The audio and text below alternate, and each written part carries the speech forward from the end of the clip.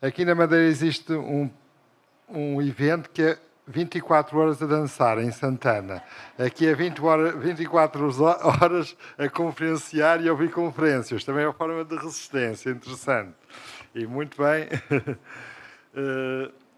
e muito bem útil.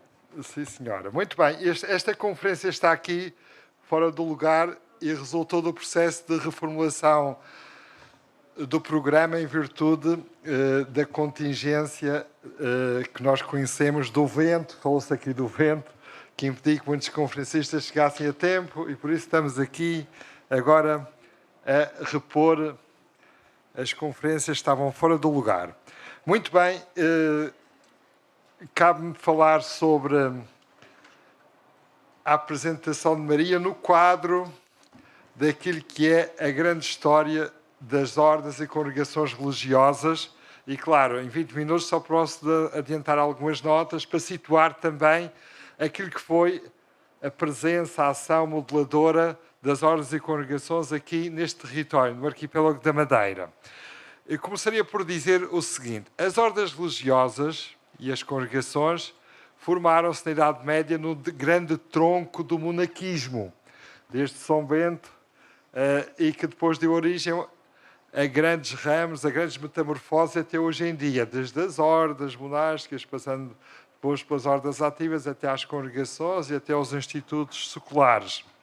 É a grande árvore do monaquismo. Mas gostaria de começar por salientar o seguinte: estas instituições, formadas na Idade Média, sendo instituições medievais, foram daquelas criações medievais mais preparadas para se adaptar ao mundo que havia de vir. Na época moderna, que foi o momento da protoglobalização.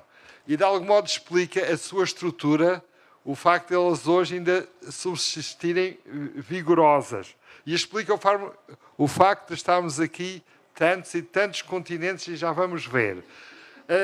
As ordens religiosas, enquadradas e reconhecidas na Igreja Católica, são instituições que trabalham em rede e quebram a lógica da organização nacional. Enquanto as dioceses, por exemplo, no quadro da Igreja, são territoriais, as ordens religiosas são, por essência, multinacionais.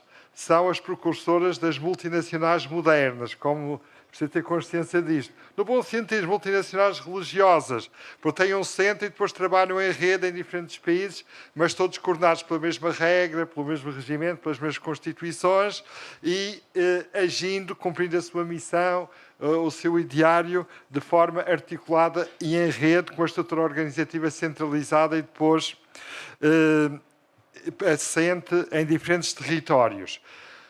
Ora bem, e quando surgiu, no século XVI e XVII, aquilo que nós chamamos o processo de unificação do mundo, como dizem alguns historiadores franceses, o início da globalização, as ordens religiosas ganharam um novo vigor e também assistiram a novas fundações e adaptaram-se a esse mundo porque era aquelas que estavam mais adequadas a trabalhar em rede e rapidamente se projetar em diferentes continentes.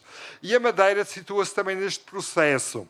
Aliás, no contexto português, eu costumo dizer que a relação entre as ordens religiosas e o projeto de Portugal pode ser ilustrado com uma metáfora bem interessante, que é a metáfora conjugal. Desde a fundação da nossa nacionalidade, e também o que acontece no território continental português, também se projeta bem ao que aconteceu na Madeira desde há 600 anos até hoje. E até noutros países, como a França, etc., mas falamos do caso português.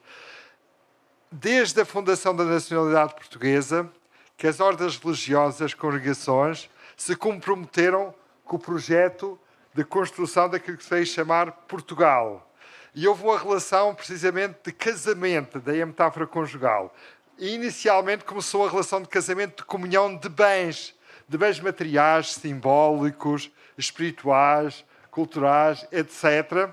Porque as ordens religiosas ajudaram a estruturar o nosso território a partir, com o contributo das ordens militares, no contexto da Reconquista, no quadro do povoamento, no quadro da organização territorial contribuindo também para a organização administrativa do Estado, contribuindo para a definição daquilo que são elementos identitários fundamentais, a língua, a cultura, a simbólica vária, e depois no século XV e XVI, num esforço de missionação extraordinário. Depois no século XVIII e XIX, como acontece nos casamentos, às vezes são situações de conflito. E aqui no século XIX e XX, origem um divórcio, como sabemos, que se consumou com a Primeira República, com a terceira expulsão, o terceiro ciclo de expulsão das ordens, primeiro os jesuítas em 1759, depois a extinção das ordens em 1834 e depois a reexpulsão pela Primeira República. E com a lei da separação da Igreja e do Estado. E aí é um divórcio. E depois, a partir dos anos 30 e 40, com o Estado Novo até hoje, embora a separação nunca tenha sido, o divórcio nunca tinha sido terminado, mas passou a haver uma espécie de união de facto, uma coabitação e a cooperação, cada um nas suas esferas, cada um na sua casa. E, portanto, é a realidade que vemos hoje. Na Madeira também aconteceu de algum modo isso, de algum modo. Comecemos então no século XV, porque este ano é significativo que celebramos os 600 anos do início da humanização deste território, do povoamento da Madeira, porque os navegadores portugueses chegaram à Madeira em 1420 com as suas caravelas, que já vimos aqui também ilustradas, vindas pelo vento e depois de uma grande tempestade, e portanto a tempestade, como eu disse, é fundadora desta terra, e portanto vocês fizeram nestes dias também uma experiência imersiva. Alguns vão ver o Museu do Terremoto e gostam de experimentar o terremoto. Aqui experimentaram um avião para ver como é que há as tempestades na Madeira. E, portanto, faz parte da história desta terra. E iniciou-se há 600 anos o povoamento da Madeira por iniciativa da coroa portuguesa. Mas começou logo essa estruturação administrativa do território, começou logo pela liderança de uma ordem, que foi a Ordem de Cristo, sucessora da Ordem dos Templários. Para quem não sabe, os Templários foram extintos pelo Papa e pelo Rei de França, mas em Portugal eles nunca foram extintos, apenas mudaram de nome, passaram da Ordem dos Templários para a Ordem de Cristo. E a Ordem de Cristo teve um papel muito importante na expansão portuguesa, através da liderança do seu grão-mestre, que foi o Infante Dom Henrique, que está ali embaixo numa estátua naquela avenida, e foi o primeiro senhor da Madeira. E, portanto, a primeira estruturação deste território foi feita por uma ordem que era precisamente a Ordem de Cristo. Do ponto de vista administrativo, do ponto de vista também da administração religiosa e civil. Depois, entretanto, outra ordem muito importante, que também esteve ligada desde o início à humanização deste território, nas suas diferentes dimensões, foi precisamente a Ordem de São Francisco, dos franciscanos, que, como sabemos, os franciscanos foi daquelas ordens que teve um papel muito importante no processo da missionação global, aproveitando as dinâmicas da expansão portuguesa.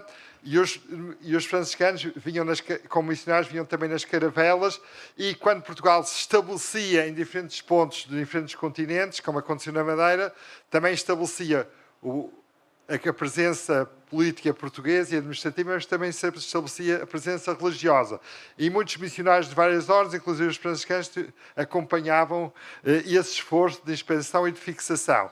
E os franciscanos foram aqueles que chegaram em primeiro lugar a este território, com as caravelas, e foram os primeiros formadores que eu chamo a alma espiritual da Madeira. E tiveram um papel importante, que deixaram marcas que eu considero relevantes, não só na sensibilidade religiosa madeirense, mas também alguns aspectos que são interessantes e fundamentais, estruturantes da cultura madeirense. A começar logo pela dimensão da festa. Na Madeira existe uma festa, que é a festa central, que é a festa do Natal, que nós chamamos a festa. Os madeirenses, quando falam da festa, com letra grande, é o Natal. A dimensão do nascimento, da natalidade é fundamental. Isso tem a ver também com os franciscanos, que valorizaram muito a dimensão do nascimento de Jesus, o presépio. Nós esquecemos que São Francisco foi o primeiro a construir um presépio, e depois na ligação com a natureza, a incorporação dos elementos da natureza, procurando essa harmonia entre o humano e o natural, que depois existe aqui uma construção muito própria da maneira que ela pinha e que ilustra bem essa relação. Mas também os franciscanos tiveram um papel importante, por exemplo, nas missas do parto. Nós temos aqui umas missas muito especiais no Natal, que começam às 5 da manhã, que há as missas do parto durante 9 dias, e sabemos que isso foi por influência dos franciscanos, vindo diretamente da Idade Média, e que hoje em dia ainda perdura. Ou também as festas do Espírito Santo, que não são nos Açores, mas também na Madeira, são estruturantes e são festas que advêm da teologia de Joaquim de Fiore, que no século XII e XIII criou a teologia das três idades, e sendo a última idade a idade do Espírito Santo, a idade da fraternidade, da concórdia, da partilha, do amor, e nós também aqui celebramos as festas do Espírito Santo de forma muito intensa, graças também a essa influência dos franciscanos.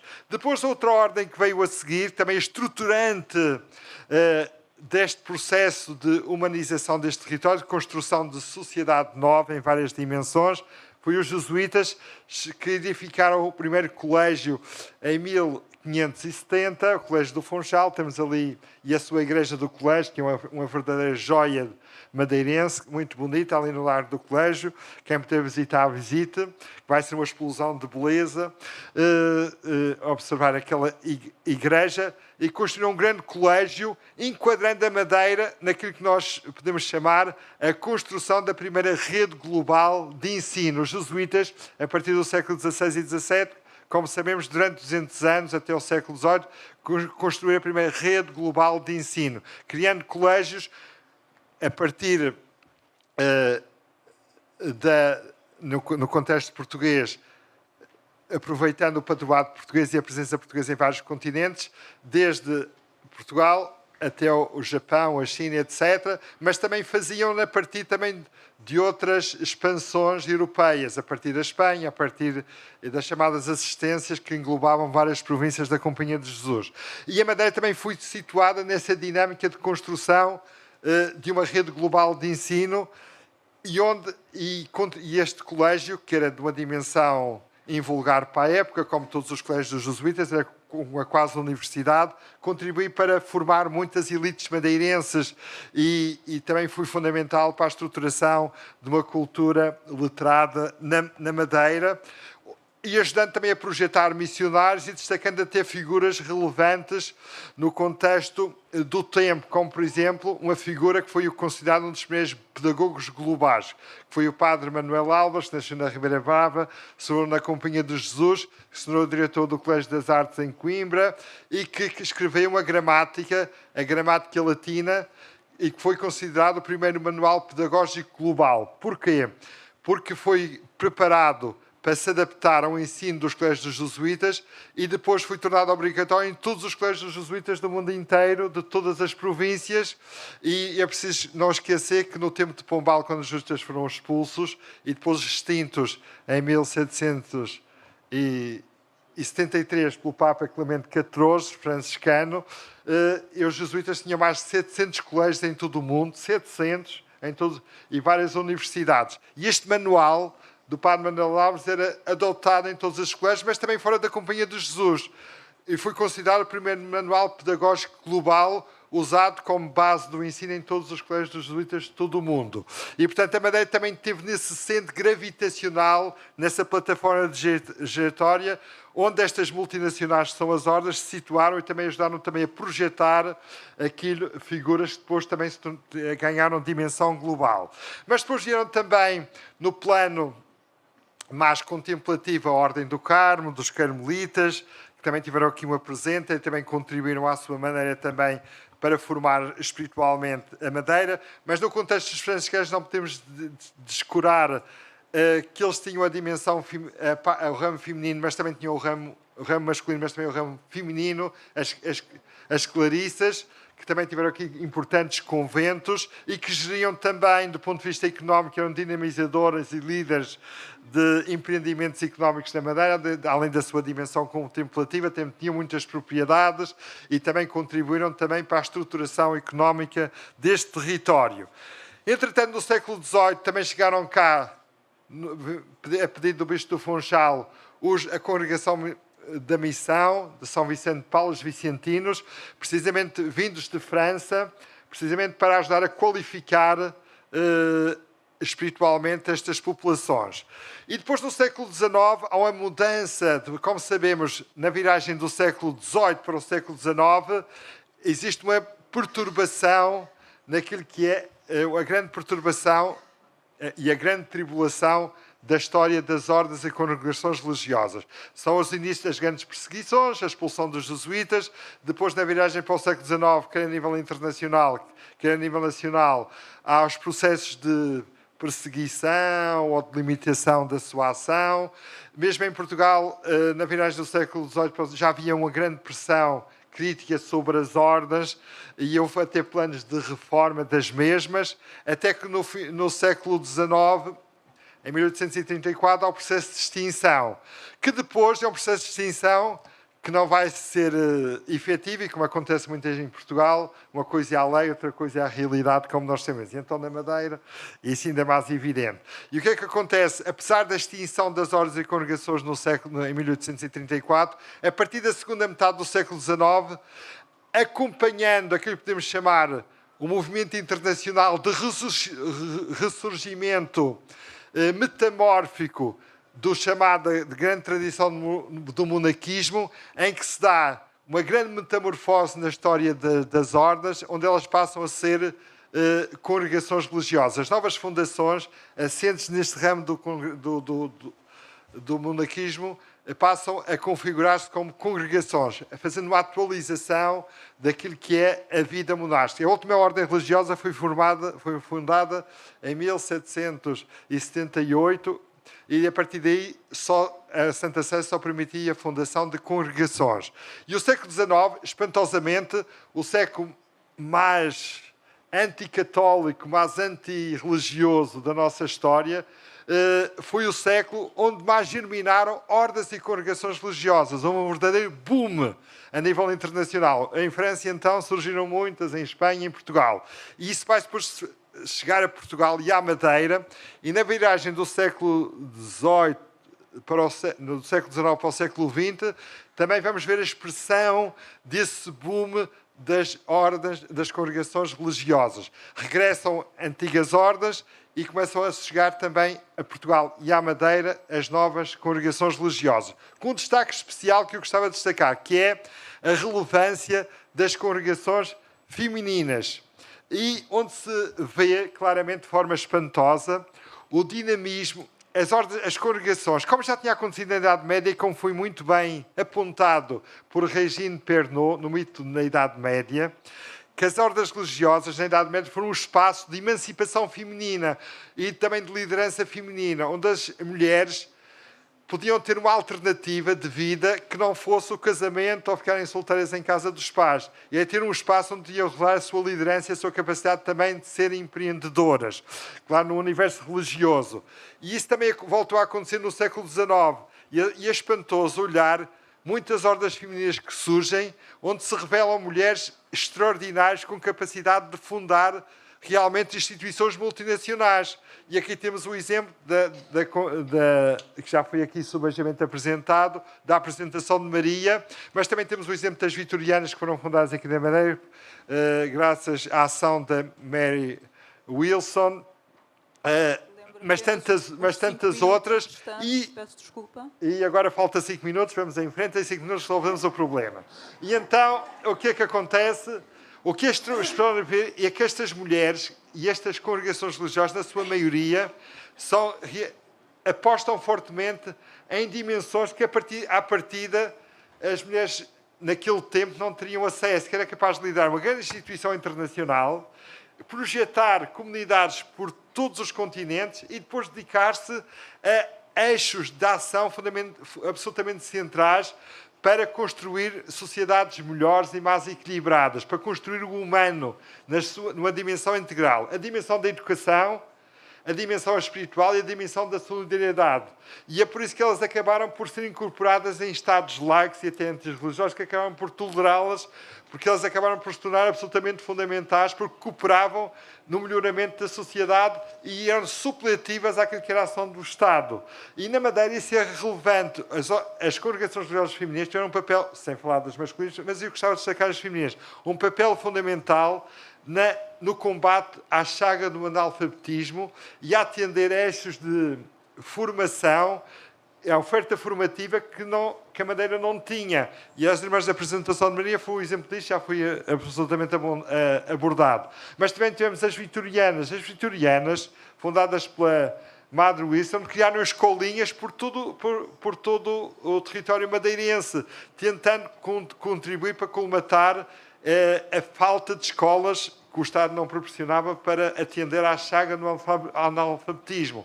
Mas depois temos muitas outras, e para fazer justiça a todas, que é importante fazê-lo, não podemos esquecer também a importância das Irmãs de São José de Colonie, das Irmãs Hospitaleiras, das Irmãs da Caridade e do Bom Pastor, das Dominicanas de Santa Catarina de Sena, e todas elas atuaram aqui de forma abnegada, atendendo a carências fundamentais, como diz, desde o plano da saúde, da educação, e depois, muitas delas saindo daqui e por vários continentes, tornando-se missionários que tiveram uma ação absolutamente relevante, e também lá, onde estiveram em Angola, em Moçambique, no Brasil, também foram e revelaram a sua capacidade de liderança e de fundar coisas novas, de acordo com o carisma da congregação. Novas escolas, novas instituições de solidariedade social, novas dinâmicas de missionação.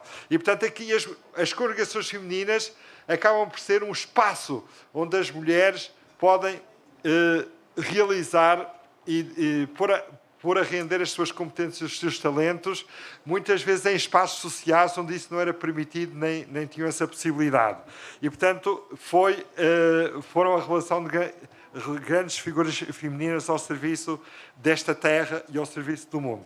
Isto para dizer, no ano em que se celebra a chegada das Irmãs da Apresentação de Maria à Madeira, é uma forma também de recordar a importância destas instituições e de como elas foram capazes de serem também edificadas e lideradas por mulheres que se revelaram grandes figuras na Igreja, mas que às vezes estão um bocado esquecidas. Fala-se muitas vezes mais dos homens, mas é preciso dar mais visibilidade a esta liderança feminina. E vi-se aqui neste Congresso o papel extraordinário da fundadora leontina, que é Madre da Santíssima Trindade, que nasceu na Ribeira Seca, ao lado da minha aldeia, e como fui apresentado pela professora Cristina Trindade, foi uma pessoa absolutamente extraordinária, como também a fundadora Maria Revier foi. São mulheres de alto calibre, de alta capacidade e conseguiram criar instituições globais, agindo globalmente ao serviço da humanidade.